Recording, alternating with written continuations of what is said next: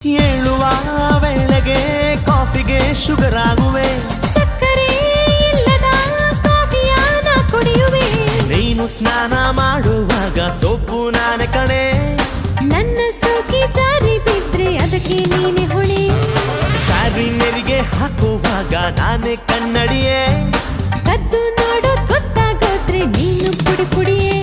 ಬಿಡೇ ಬರೀಡವ್ವೆ ಸಾರೆ ಸಾರೆ, ನಿನ್ ಕನ್ಸಲ್ ಬರ್ತೀನಿ ಸಾರಿ, ನಾ ಮಲಗೋದಿಲ್ಲ ಸಾರಿ, ನಿನ್ ಕೇಳಿದ್ ಕೊಡ್ತೀನಿ ಸಾರಿ, ನಾ ಕೇಳೋದಿಲ್ಲ ಸಾರಿ.